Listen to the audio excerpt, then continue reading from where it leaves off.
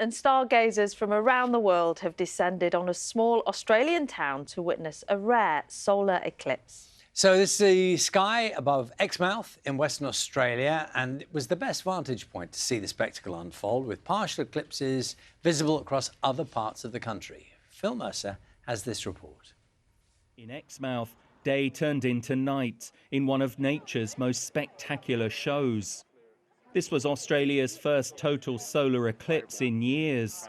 Thousands of people gathered on a remote corner of the Western Australian coast to marvel at this rare cosmic symmetry when the sun, the moon and the earth all align. Here the eclipse stretched across 3 hours from start to finish. But the most dramatic part, when the sun was completely blocked out, lasted for barely a minute. Astronomers say this was a rare display of the power and beauty of the universe. For most of Australia, it was only a partial eclipse, where only part of the sun disappeared behind the moon.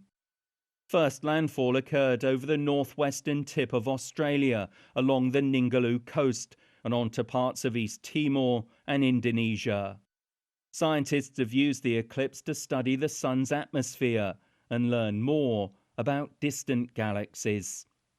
Phil Mercer, BBC News, Sydney. What a thing to witness. It is an extraordinary spectacle, isn't it? And a lot of people remember the one here, the solar eclipse here. 8:30, speaking to the astronaut Tim Peake, who was one of the ones who was there, watched it unfold in person. Unique moment in time. You were telling me you clearly remember the one in the late 90s. I can't remember it that well. I was possibly in bed because I was a teenager. What do you remember of it? What's your point exactly? No, I just want, because you were saying it was interesting. It was interesting. Yeah. It was extraordinary. Carol would remember, I'm sure. I was on a beach in Cornwall when it happened. And it was one of those moments. You don't know what it's like. Carol, do you remember? Yeah. Do you remember it? Yes, I do. I was actually working on breakfast at the Greenwich Observatory. It was quite spectacular. We all had these fancy glasses on as well, just so that we could get a better sighting of it, because you can't look at it with your naked eye, of course.